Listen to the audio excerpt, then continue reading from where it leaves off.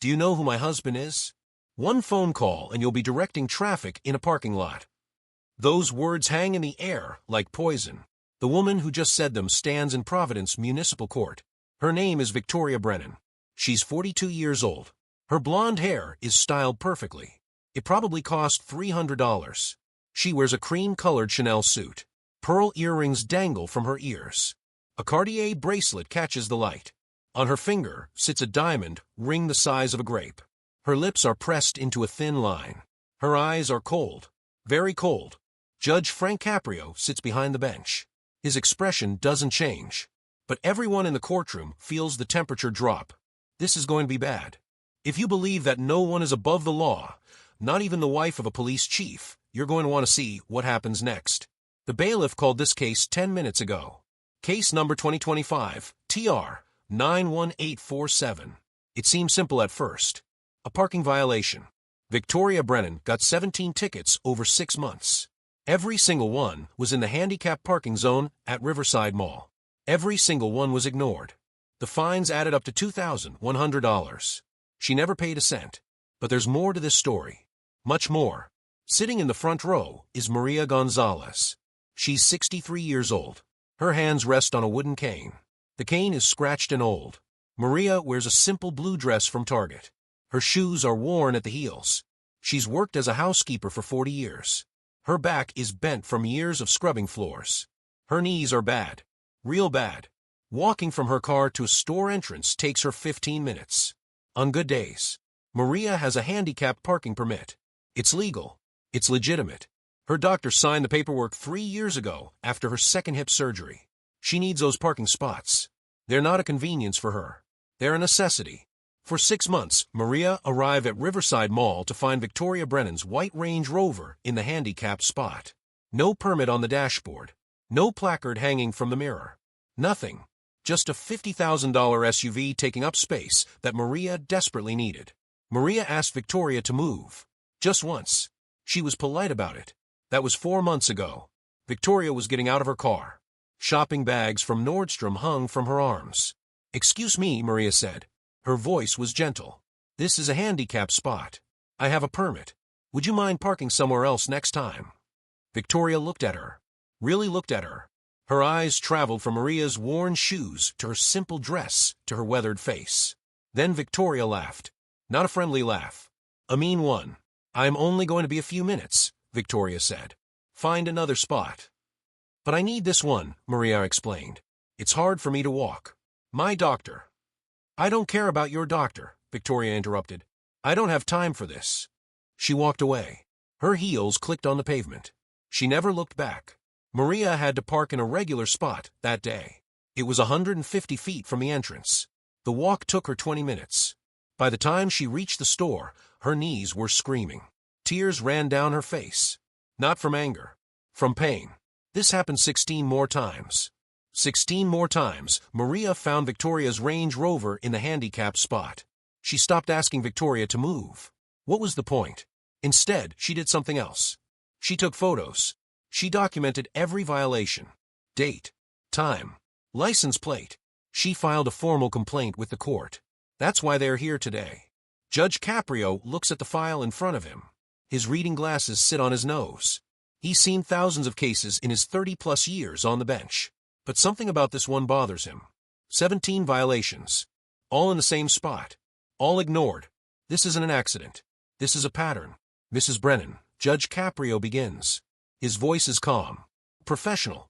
"You've received 17 parking citations. All for parking in a designated handicapped zone without proper authorization.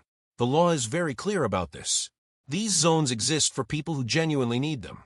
Do you understand why you're here today?" Victoria shifts her weight. She doesn't look worried. Not even a little bit. "Your Honor, this is ridiculous. Those spots are always empty. I'm only parked there for a few minutes while I run errands. It's not a big deal." The judge's eyebrows rise slightly. "Not a big deal. Mrs. Brennan, these zones are protected by law specifically because they are a big deal. They're reserved for individuals with mobility challenges who require closer access to buildings." "I get that," Victoria says. Her tone suggests she doesn't get it at all. "But like I said, the spots were empty. No one was using them. What's the harm?" From the front row, Maria makes a small sound. It's not quite a gasp. More like a sigh of disbelief. Victoria's head snaps toward her. Their eyes meet. Something flickers across Victoria's face. Recognition. She remembers Maria. And she doesn't care. Judge Caprio notices the exchange. Mrs. Brennan, I'd like you to hear from someone before we proceed. Mrs. Gonzalez, would you please stand? Maria rises slowly. Very slowly. The courtroom is silent. Everyone watches as she grips her cane. Her knuckles are white. It takes her 10 seconds to get fully upright. She doesn't complain. She's used to the pain. Mrs. Gonzalez, Judge Caprio says gently, can you tell the court about your experience at Riverside Mall? Maria's voice is soft but clear. Your Honor, I have a handicap permit. My doctor gave it to me after my hip surgery. I need to park in those spots because I can't walk far. My knees hurt too much. She pauses, takes a breath. For 6 months, this lady parked in the spot I needed. I had to park far away. Sometimes I couldn't go shopping at all because the walk was too hard. One time, I fell in the parking lot. I was so tired from walking that my legs gave out. I skinned both my knees. I was so embarrassed. The courtroom is absolutely silent. A woman in the gallery dabs at her eyes with a tissue. Victoria rolls her eyes. Actually rolls them. Oh please. You're being dramatic. The regular spots aren't that far away. The judge's expression hardens. Just a fraction. Mrs. Brennan, I need you to listen very carefully. Mrs. Gonzalez has a legal right to use those parking spaces. You do not. The distance might seem short to you, but for someone with mobility issues, it can be the difference between being able to accomplish their daily tasks or not. Fine, Victoria says. She crosses her arms. I'll pay the tickets. How much do I owe? Judge Caprio looks at his file. The fines total $2,100. However, there's another matter we need to discuss. According to the parking enforcement officer's report, you were issued warnings on 3 separate occasions before the citations began. Each time, you refused to move your vehicle. On one occasion, you told the officer, and I quote, "My husband is chief of police." Do you really think this ticket matters? Is that accurate? Victoria's jaw tightens. For the first time, she looks slightly uncomfortable. I might have said something like that. I was frustrated. You invoked your husband's position, the judge says. It's not a question.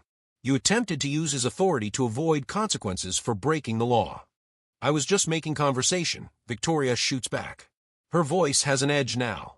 People mention their jobs all the time. Mrs. Brennan, your husband's position as police chief is not a shield against accountability. It's actually quite the opposite. As the spouse of a law enforcement official, you should be more aware than most citizens about the importance of following the law. Your husband dedicates his career to upholding these very rules. Victoria's face flushes red. Don't lecture me about my husband's job. I know exactly what he does. And I know that this, she waves her hand dismissively at the paperwork, is a waste of everyone's time. These parking tickets are nothing. They're designed to make money for the city. Everyone knows that. A man in the back row mutters something. The bailiff glances at him. The tension in the room is building. Judge Caprio removes his glasses. He's done that before. It's never a good sign. Mrs. Brennan, I want to make sure I understand your position. Are you saying that parking laws don't apply to you? I'm saying they're stupid, Victoria snaps. If a spot is empty, anyone should be able to use it. Making me pay thousands of dollars because I parked in an empty space is insane. The space wasn't empty though, was it? The judge says quietly. Mrs. Gonzalez needed that space. You took it from her. Repeatedly. Victoria glances at Maria with obvious irritation. She could have parked somewhere else. I'm not responsible for her problems. The courtroom erupts. Not loudly, but noticeably. People shift in their seats. Someone whispers, "Unbelievable." A young man shakes his head. The bailiff takes one step forward, ready to restore order if needed. Judge Caprio raises his hand. The room settles. Mrs. Brennan, your lack of empathy is concerning. But let's move forward. I'm going to review some additional evidence that's been submitted to the court. He picks up a tablet. On the screen is a photo. He turns it toward Victoria. This was taken on March 15th of this year. Do you recognize this vehicle? Victoria barely glances at it. That's my car. And where is it parked? In the handicapped spot. We've established that already. Look more closely, the judge instructs. Do you see the person in the background? Victoria squints. In the photo, you can see Maria. She's standing about 20 feet away, leaning heavily on her cane, staring at the Range Rover. The pain on her face is visible even in the image. So, Victoria says, this photo was taken at 9:47 in the morning. According to the timestamp on another photo taken from a store's security camera, you didn't return to your vehicle until 11:15. That's nearly an hour and a half, Mrs. Brennan. Not just a few minutes, as you claimed. Victoria's mouth opens, then closes. She doesn't have a response ready. The judge continues. We have 17 separate incidents documented. In 14 of them, you were parked for more than an hour. The shortest duration was 43 minutes. You weren't running quick errands. You were shopping at your leisure while someone who actually needed that spot was forced to suffer. I didn't know she needed it, Victoria protests weakly. She told you. Judge Caprio reminds her. Mrs. Gonzalez spoke to you directly. Do you remember that conversation? Victoria hesitates. Vaguely. Let me refresh your memory. The judge picks up another document. Mrs. Gonzalez filed a written statement. In it, she describes approaching you on November 8th. She politely explained her situation and asked if you would consider parking elsewhere in the future. According to her statement, you told her, he reads directly from the paper, I don't care about your doctor. I don't have time for this. Did you say that? The room is so quiet you could hear a pin drop. All eyes are on Victoria. Her face is red now. Blotchy. She opens her mouth to deny it, but something stops her. Maybe she realizes there's no point. Maybe she's finally feeling a tiny bit of shame. I might have been having a bad day, she says. Her voice is smaller now. A bad day, Judge Caprio repeats. Mrs. Brennan, we all have bad days. But most of us don't respond to polite requests from disabled senior citizens with contempt and disregard. That's not a bad day. That's a character issue. Victoria's hands ball into fists. You can see her fighting to control her temper. Your Honor, with all due respect, I came here prepared to pay the fines. I don't need a morality lecture. Just tell me what I owe, and I'll write a check right now. It's not that simple anymore, the judge says. Why not? Victoria's voice rises. The law says I pay a fine for illegal parking. I'm willing to pay it. What else is there? There's the matter of your conduct during the incidents themselves, your attempt to use your husband's position to avoid consequences, and your complete lack of remorse or understanding about the impact of your actions. Victoria's eyes narrow. So you're going to punish me extra because you don't like my attitude? That seems pretty unfair. Judge Caprio leans forward slightly. Mrs. Brennan, fairness is exactly what we're discussing. Was it fair for Mrs. Gonzalez to be denied access to a parking spot she's legally entitled to use? Was it fair for her to fall and injure herself because she had to walk too far? Was it fair for you to invoke your husband's position as if the law doesn't apply to you? My husband has nothing to do with this, Victoria says quickly.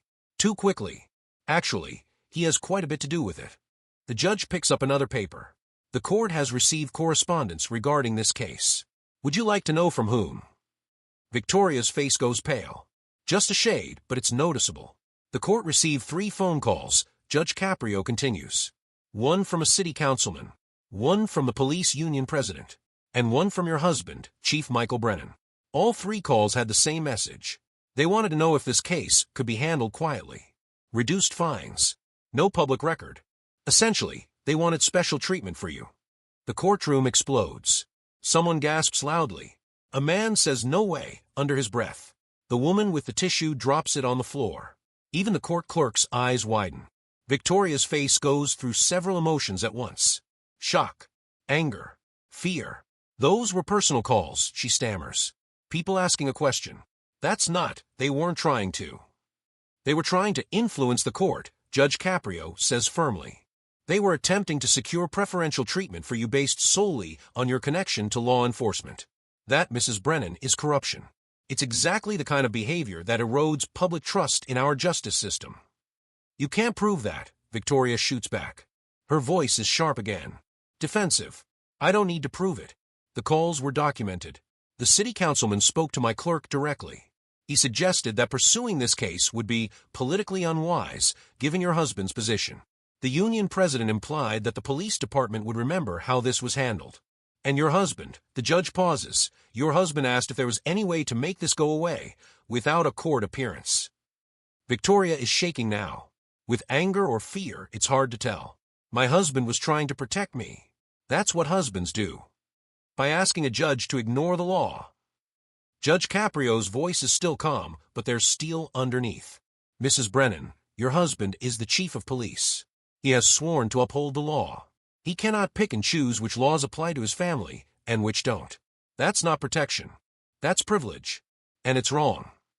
This is unbelievable, Victoria says. Her voice is getting louder. You're twisting everything. My husband made a phone call. So what? People call courts all the time. You're targeting me because of who I'm married to. I'm holding you accountable because of what you did, the judge corrects her. The 17 parking violations. The disrespect toward Mrs. Gonzalez. The attempts to use your husband's position to avoid consequences. Your actions, Mrs. Brennan. No one else's. Victoria's hands are shaking. She grips the edge of the defendant's table. Fine. You want me to apologize? I'm sorry. There. I apologize to her.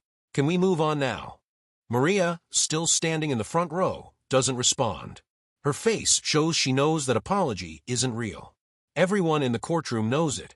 Judge Caprio looks at Victoria for a long moment. Mrs. Brennan, do you understand why those parking spots are marked as handicapped zones?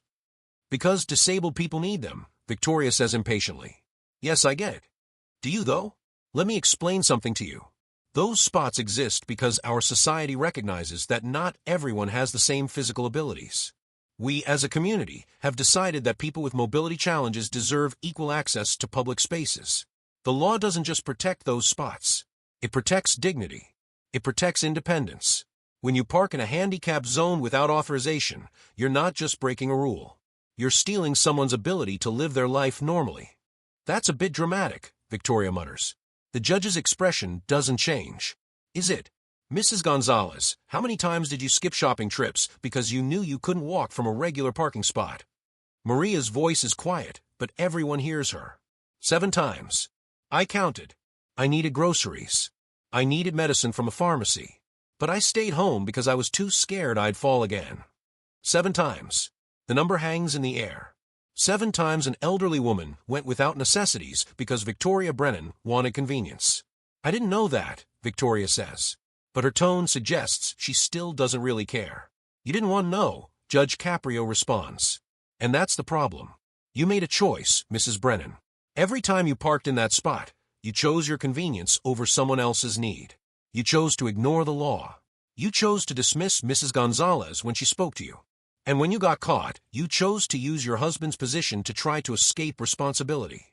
Those were all choices. Victoria's jaw clenches. So, what do you want from me? You want me to grovel? You want me to beg forgiveness? I said I'd pay the fine. What more do you want?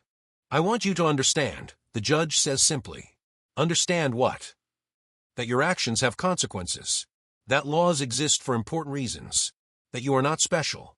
That your husband's badge doesn't make you exempt from being a decent human being. Victoria's face goes from red to almost purple. Her hands grip the table so hard her knuckles turn white. And then she says it. The words that will define this entire case. The words that will be replayed thousands of times online. The words that will make history. You know what? I'm done with this. My husband is the chief of police. Do you understand that? He runs this city's entire police department. He has 500 officers under his command. He knows the mayor personally. He has connections you can't even imagine. She takes a step toward the bench. The bailiff immediately moves closer. So here's what's going to happen. I'm going to walk out of here. You're going to dismiss these ridiculous charges. And we're all going to forget this ever happened. Because if you push this, if you try to make an example out of me, my husband will make your life miserable. Do you know who my husband is? One phone call and you'll be directing traffic in a parking lot. The silence that follows is absolute. 10 seconds of pure, stunned silence. No one moves. No one breathes. Even the clock on the wall seems to stop ticking. Judge Caprio's face doesn't change, but something in his eyes shifts. Something cold and hard and absolutely done with this woman's nonsense. The courtroom erupts. A woman stands up, pointing at Victoria. A man shouts, "You can't say that to a judge." The bailiff raises his hand. 2 more security officers move toward the doors, ready to act if needed. The court clerk's mouth hangs open. Maria covers her mouth with both hands. Victoria seems to realize what she's done. Color drains from her face. She looks around at the crowd, at their angry faces, at the bailiff, standing right behind her now. I didn't mean, that came out wrong. Sit down, Mrs. Brennan, Judge Caprio says. His voice cuts through the chaos like a knife. The room falls silent again immediately. Victoria sits. Her legs seem to give out. She collapses into the chair. The judge takes off his glasses, folds them carefully, places them on the bench. When he speaks, his voice is quiet. Dangerously quiet. Mrs. Brennan, in my 33 years on this bench, I have heard many things. I've heard excuses. I've heard lies. I've heard angry outbursts and desperate pleas. But I have never, not once, had someone threaten me in my own courtroom. I wasn't threatening. Be quiet. The judge's voice is still quiet, but it's like iron. Victoria's mouth snaps shut. You just threatened a sitting judge. In open court, in front of dozens of witnesses. You attempted to use your husband's position to intimidate the court into dismissing legitimate charges against you. Do you understand the severity of what you've just done? Victoria is shaking. Real shaking now. Not from anger. From fear. Your Honor, I'm sorry. I was upset. I didn't mean. You meant every word, Judge Caprio says. You've meant every word from the moment you walked in here. You believe you're above the law. You believe your connection to law enforcement makes you untouchable. You believe that rules are for other people. People like Mrs. Gonzalez. People who don't have powerful husbands. People who actually have to follow the law. Tears start forming in Victoria's eyes. But they're not tears of remorse. They're tears of someone who's finally realizing they've made a terrible, terrible mistake. The judge continues. Let me tell you something about your husband, Mrs. Brennan. I've known Chief Brennan for 15 years. He's a good man. An honorable man. A man who takes his oath seriously. And right now, I suspect he would be absolutely ashamed of what you just said in this courtroom. Victoria is crying now. Mascara runs down her cheeks. Please, she whispers. I'm sorry. I really am. You're sorry you got caught, the judge says. You're sorry this isn't going your way. But you're not sorry for what you did to Mrs. Gonzalez. You're not sorry for breaking the law 17 times. You're not sorry for trying to use corruption and intimidation to get what you want. You're just sorry that it didn't work. The courtroom is dead silent. Everyone is leaning forward, waiting to hear what happens next. Judge Caprio picks up his pen. Mrs. Brennan, I'm going to explain something to you. This court exists to provide justice. Equal justice. The same justice for a homeless person and a billionaire. The same justice for a teenager and a senior citizen. And yes, the same justice for the wife of the police chief and the housekeeper who cleans offices. In this room, your husband's title means nothing. Your expensive clothes mean nothing. Your connections mean nothing. What matters is the law. And you broke it. He writes something on the paper in front of him. Victoria watches, her whole body trembling. Here's what's going to happen, Judge Caprio says. First, the fine for 17 parking violations in a handicapped zone is $2,100. That's $125 per violation. You will pay that in full within 30 days. Victoria nods quickly. Yes, Your Honor. I can write a check today. I'm not finished. The judge's voice stops her cold. Second, your driver's license is suspended for 90 days. Victoria's eyes go wide. What? You can't. I can, and I am. Your pattern of behavior shows a complete disregard for traffic laws and the rights of disabled individuals. You are not fit to operate a vehicle until you demonstrate that you understand the responsibility that comes with that privilege. How am I supposed to? I need my car, I have appointments. You'll have to make other arrangements, the judge says simply. Just like Mrs. Gonzalez had to make other arrangements when you took her parking spot. The difference is you have resources. You can afford a taxi, a ride service. You have options that many people don't have.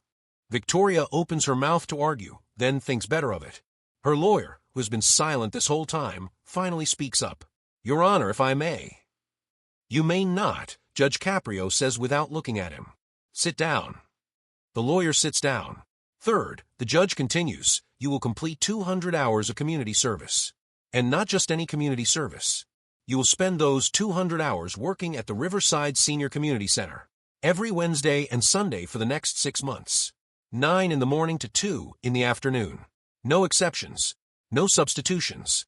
No sending someone else in your place. Victoria's face is white. 200 hours?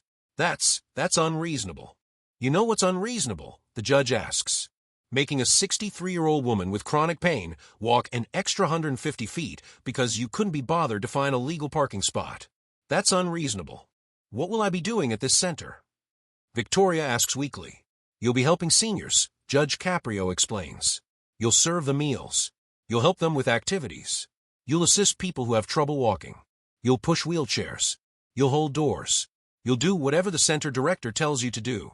And you'll do it with a smile and respect, or you'll find yourself held in contempt of court. Victoria is sobbing now. Full-on crying. Her perfect makeup is ruined. Her designer suit is wrinkled from clutching at it. Your Honor, please. I'm not done, the judge says. Fourth, you will write a formal letter of apology to Mrs. Gonzalez. Not a quick sorry, like you tried to give a few minutes ago. A real, thoughtful letter. Minimum 1,000 words. Handwritten, not typed. In this letter, you will explain what you did wrong, why it was wrong, and what you learned from this experience. The letter will be submitted to this court for review. If I determine it's not genuine, you'll write another one. Maria is crying now too, but her tears are different. They're tears of relief, of vindication, of finally being heard. Fifth, Judge Caprio continues, you will participate in 3 community education sessions. You will go to local schools and community centers and speak about the importance of handicapped parking laws and respecting people with disabilities. You will share your story. You will admit what you did wrong. And you will do it publicly. Victoria's head is in her hands. Everyone will know. Everyone will see. Everyone should see, the judge says firmly. You thought you were above public accountability. You thought your husband's position shielded you. It's time you learned that transparency and responsibility apply to everyone. The judge writes more notes. The scratching of his pen is the only sound in the courtroom. Finally, he looks up.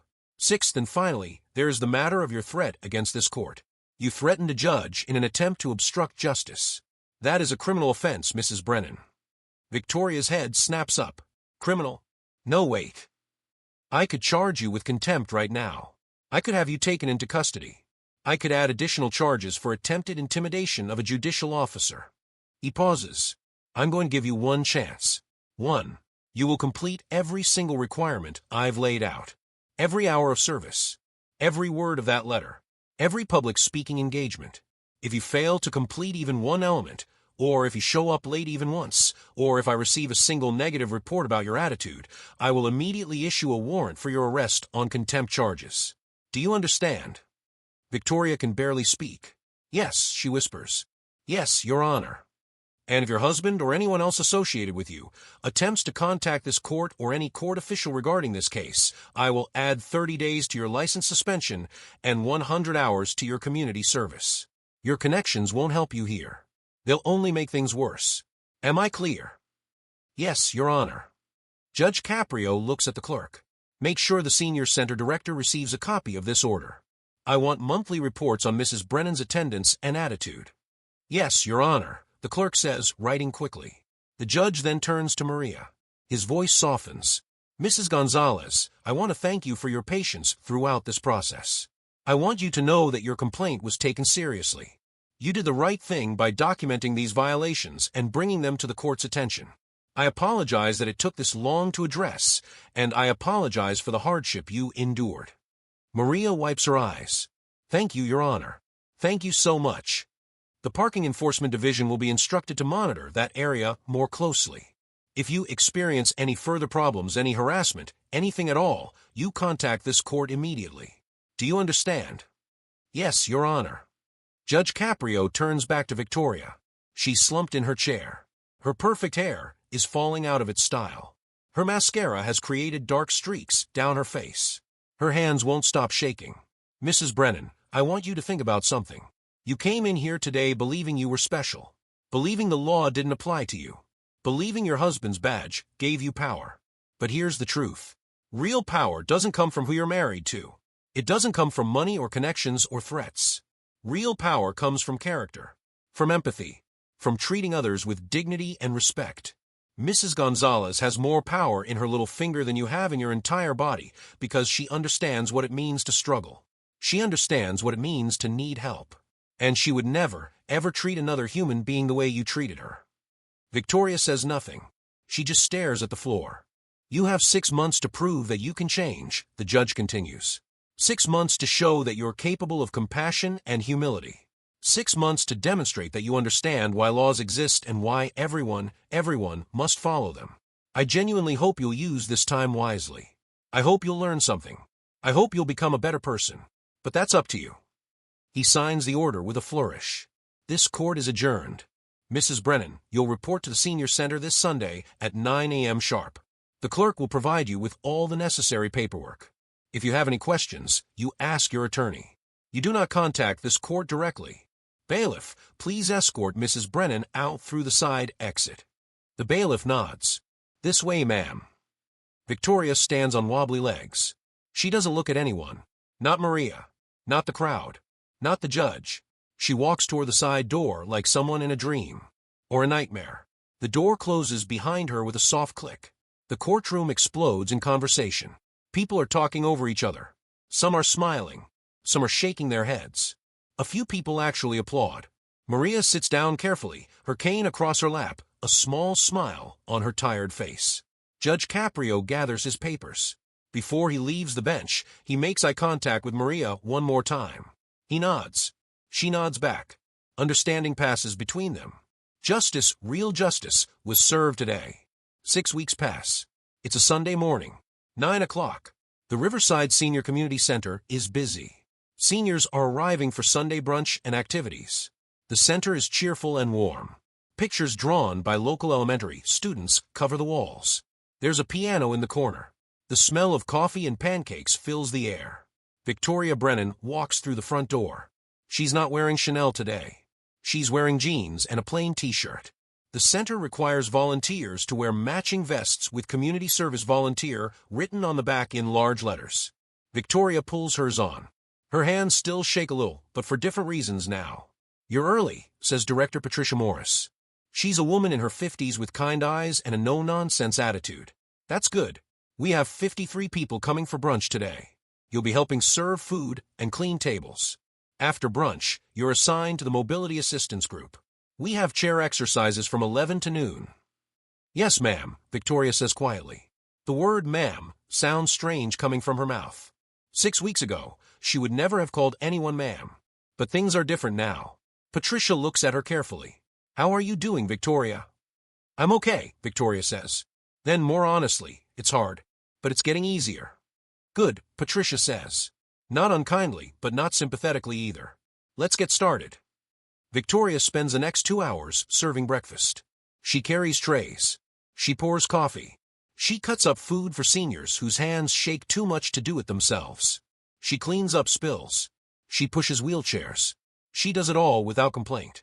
At one point, an elderly man drops his fork. Victoria immediately bends down to pick it up and brings him a clean one. The man smiles at her. Thank you, dear. You're very kind. Something inside Victoria cracks. Just a little. You're welcome, she whispers. After brunch, she helps with chair exercises. 20 seniors sit in a circle. A volunteer leads them through gentle movements. Arm raises. Leg lifts. Victoria walks around the circle, helping people who need steadying. She holds their arms. She counts for them. She encourages them. A woman named Dorothy struggles to lift her leg. I can't do it today, Dorothy says, frustrated. My hip is acting up. That's okay, Victoria says. And she means it. You do what you can. That's all that matters. Dorothy looks at her with surprise. You're good at this. Have you been volunteering long? Victoria hesitates. Then, no. I'm new. I'm learning. Well, you're doing great, honey. Those words hit Victoria harder than any of Judge Caprio's punishments. She's doing great. Not because of her clothes or her husband or her money. Because she's helping. Because she's being kind. It's a strange feeling. New. Uncomfortable.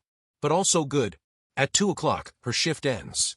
Patricia hands her a timesheet to sign. 6 hours today. You have 164 left. Yes, ma'am, Victoria says. Patricia's expression softens just slightly. For what it's worth, Victoria, you did well today. I watched you with Dorothy. That was genuine. Victoria's eyes get watery. Thank you. Don't thank me yet, Patricia says with a small smile. Next week, you're on bathroom cleaning duty. Victoria laughs. Actually laughs. I figure that was coming. She drives home in her husband's car. Her Range Rover has been sitting in the garage for 6 weeks. She won't be able to drive it for another 4 weeks. The license suspension stings every single day. Having to ask her husband for rides. Having to schedule her life around other people. It's humbling. It's infuriating. It's necessary. When she gets home, she goes to her desk. The letter to Maria sits there, half finished. She's been working on it for 2 weeks. At first, she tried to write something quick. Something that would satisfy the judge, but not require real thought. She wrote 3 versions like that. Each time, she threw it away. She knew Judge Caprio would see through it immediately. So she started over. She started writing the truth. About her privilege. About her ignorance. About her cruelty to Maria. The words don't come easily. Sometimes she writes a paragraph and then deletes it. Sometimes she cries while writing. But slowly, painfully, the letter is taking shape. It's honest. It's raw. It's real. 12 weeks pass. Victoria stands in front of a high school auditorium. 200 students sit in rows, watching her. She's wearing the same simple clothes she wears to the senior center. No jewelry. No designer anything. Just her. A teacher introduces her. Today's speaker is here to talk about why laws matter and how our actions affect others. Please welcome Mrs. Victoria Brennan. Scattered applause. The students look bored. They're here because their teacher required it, not because they want to be. Victoria takes a deep breath. Hi, my name is Victoria. About 3 months ago, I was arrested. That gets their attention. A few students sit up straighter. I wasn't arrested for drugs or violence or anything dramatic. I was arrested for parking illegally. 17 times. In handicapped parking zones. She pauses. You're probably thinking that's not a big deal. I thought the same thing. I was wrong. For the next 30 minutes, she tells them her story. She doesn't sugarcoat anything. She tells them about her arrogance, her entitlement, her cruelty to Maria, her threat to Judge Caprio, her breakdown in court, her punishment, her community service. She tells them everything. I thought I was special, she says. I thought the law didn't apply to me because of who I married. I thought I could do whatever I wanted because I had money and connections. I was completely, totally wrong. And my actions hurt a really wonderful woman who did nothing to deserve it. A girl raises her hand. Do you regret it? Victoria doesn't hesitate. Every single day. I can't undo what I did. I can't give Mrs. Gonzalez back the time she lost or the pain she experienced. But I can try to be better. I can learn from it. And I can stand here and tell you not to make the same mistakes I did. Another hand. A boy this time. Did your husband get in trouble?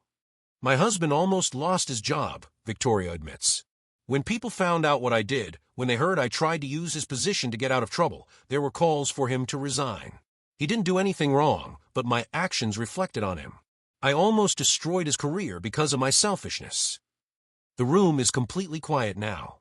Everyone is listening. Here's what I want you to understand, Victoria says. Laws exist for a reason. They're not arbitrary rules designed to annoy you. They protect people. They create fairness. They ensure that everyone, no matter how rich or poor, powerful or powerless, is treated the same. When you break a law, even a small one, you're not just breaking a rule. You're breaking the social contract we all share. You're saying your convenience matters more than someone else's rights. And that's not okay. It's never okay. After her speech, several students come up to talk to her. They ask questions. They share their own experiences. One girl says her grandmother has a handicapped placard and people park in her spot all the time. Victoria listens. Really listens. I'm sorry that happens to your grandmother, Victoria says. If you see someone doing that, report it. Document it. Make sure she gets justice. The girl nods. I will. 20 weeks pass. Victoria returns to court. It's not required, but she asked to come. Judge Caprio agreed to see her. She sits in the same chair where she broke down 5 months ago. Judge Caprio sits behind the same bench. But everything feels different. Mrs. Brennan, Judge Caprio says, I've been reviewing your progress. Director Morris reports that you've completed 178 hours of community service. You've been punctual, respectful, and genuinely helpful. She says several seniors specifically ask for you by name. Victoria nods. Dorothy and I have become friends. And Mr. Peterson. And Sarah. They're good people. I've also reviewed your apology letter. It arrived last week. Victoria holds her breath. It was one of the most honest, heartfelt letters I've ever read, the judge says. You didn't make excuses. You took full responsibility. You showed real understanding of the harm you caused. Thank you, Your Honor. And I understand you've given 12 community education talks. 14, Victoria corrects. I added 2 extra ones. A community center in Pawtucket and a church group in Cranston. Judge Caprio's eyebrows rise. Those weren't required. I know, Victoria says. But I wanted to. If sharing my story helps even one person make better choices, it's worth it. The judge studies her for a long moment. You've changed, Mrs. Brennan. Victoria's eyes fill with tears. I had to, Your Honor. I was a terrible person. I was cruel and selfish and blind to my own privilege. I hurt people without even caring. I can't be that person anymore. Have you spoken to Mrs. Gonzalez? I've tried, Victoria admits. I called. I sent the letter. But she hasn't responded. And that's okay. She doesn't owe me forgiveness. What I did to her was awful. If she never wants to speak to me, I understand completely. Mrs. Gonzalez is here today, Judge Caprio says gently. Victoria's head whips around. Sure enough, Maria is sitting in the back row. The same worn cane rests across her lap. But her expression is different. Softer. She asked to be present for this hearing, the judge explains. Mrs. Gonzalez, would you like to come forward? Maria stands slowly. Victoria rises immediately, instinctively moving to help her. Then she stops, unsure if the gesture would be welcome. Maria notices. She gives a tiny nod. Victoria crosses the courtroom and offers her arm. Maria takes it. Together, they walk to the front of the courtroom. Mrs. Gonzalez, Judge Caprio says. You've been following Mrs. Brennan's progress. I have, Maria says. Her accent is stronger when she's emotional. The director is my neighbor. She tells me what Victoria does every week. Victoria looks at her in surprise. You knew? This whole time? Maria nods. I wanted to see if you were really changing, or if you were just pretending. And? Victoria's voice is barely a whisper. And I got your letter, Maria says. I read it 7 times. Every word. I meant every word, Victoria says. Tears stream down her face. Maria, I am so sorry. I treated you like you didn't matter. Like you were invisible. I was cruel and heartless, Anne. Stop, Maria says gently. She reaches out and takes Victoria's hand. Her skin is paper-thin and warm. I forgive you. Victoria collapses. Not dramatically. Just crumbles. She sinks to her knees in the middle of the courtroom, holding Maria's hand, sobbing. 5 months of shame and regret and genuine transformation pour out of her. Maria pats her head softly. It's okay, Mija. You learned. That's what matters. Judge Caprio has to wipe his own eyes. The clerk is crying openly. Half the people in the gallery are crying too. After a minute, Victoria pulls herself together. She stands embarrassed. I'm sorry. I didn't mean to. Don't apologize, the judge says. This is what justice looks like. Not revenge. Not punishment for punishment's sake. But genuine accountability, real change, and when possible, reconciliation. He picks up his gavel. Mrs. Brennan, you have completed all requirements with extraordinary commitment. Your license suspension is lifted as of today. Your community service requirement is complete. However, he pauses, I have a request. Anything, Your Honor. Director Morris tells me the senior center needs regular volunteers. Long-term ones. She said you have a real gift for this work. Would you consider continuing? Not as a punishment. As a volunteer. Victoria doesn't hesitate. Yes. Absolutely yes. I'll be there every Sunday for as long as they'll have me. Maria squeezes her hand. I'll come see you there. I go to bingo on Sundays. Victoria laughs through her tears. I'd love that. Judge Caprio smiles. Then this case is officially closed. Mrs. Brennan, you came into this courtroom 5 months ago as one person, and you're leaving as someone completely different. I'm proud of the work you've done. Keep it up. Thank you, Your Honor. Thank you for giving me this chance. Thank Mrs. Gonzalez, the judge says. She's the one who gave you the chance by showing you forgiveness. Victoria turns to Maria. Thank you. For everything. Maria smiles. Now you understand. That's what I wanted. 6 months later. The Riverside Senior Community Center is hosting its annual fundraiser. 200 people fill the main hall. There's music, food, and celebration. Victoria Brennan stands at the microphone. She's the evening speaker. Director Patricia Morris introduced her as one of our most dedicated volunteers and a true testament to the power of second chances. Victoria tells her story. Again, she's told it dozens of times now, but it never gets easier. She shares every painful detail. The parking violations, the cruelty, the threat, the breakdown, the transformation. I was given a choice, she tells the crowd. I could stay bitter and angry about my punishment, or I could use it to become a better person. I chose to change, and that choice saved my life. She sees Maria in the front row. Next to her sits Victoria's husband, Chief Michael Brennan. He's in civilian clothes tonight. He's proud of his wife. You can see it in his eyes. Their relationship was strained for months after the court case. He was hurt and embarrassed by her actions. But he watched her change. He watched her become someone new, someone better. Their marriage is stronger now than it's ever been. This center changed me, Victoria continues. The people here taught me about dignity, resilience, and grace. They taught me that real strength isn't about power or money or connections. It's about character. It's about showing up. It's about treating every single person with respect and compassion, no matter who they are. After the speech, Victoria joins Maria at her table. They sit together, talking and laughing. Once a month, Victoria drives Maria to doctor's appointments. She uses that same Range Rover that used to park in Maria's spot. But now it transports Maria to the places she needs to go. It's a small thing, but it matters.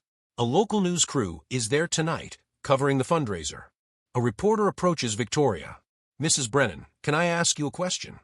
Victoria tenses. The media coverage of her case was brutal. Her name was dragged through the mud. Her photo was shared online with harsh captions. She deserves it, but it still hurts. Your story has gone viral, the reporter says. Millions of people have watched the video of your court case. You've become a symbol of privilege and accountability. How does that feel? Victoria thinks carefully before answering. It's humbling. And honestly, it's embarrassing. I'm not proud of who I was. But if my story helps other people recognize their own privilege, if it makes even one person think twice before parking in a handicapped spot or dismissing someone because they seem powerless, then maybe some good came from my terrible behavior. Do you have a message for people watching? Victoria looks directly at the camera. We all have blind spots. We all have moments where we think we're special or above the rules. But we're not. Nobody is. The law exists to protect everyone. Justice exists to create fairness. And compassion exists to make us human. Don't wait until you're standing in front of a judge to learn these lessons. Learn them now. Treat people with kindness. Follow the law. And if you mess up, really mess up like I did, own it. Take responsibility. Do the work to change. It's hard. It's painful. But it's worth it. The interview airs that night. Within hours, it's shared thousands of times. The comment section is mixed. Some people praise Victoria's transformation. Others say she's just putting on a show. Some think her punishment was too harsh. Others think it wasn't harsh enough. Victoria reads some of the comments. Then she closes her laptop. She can't control what people think.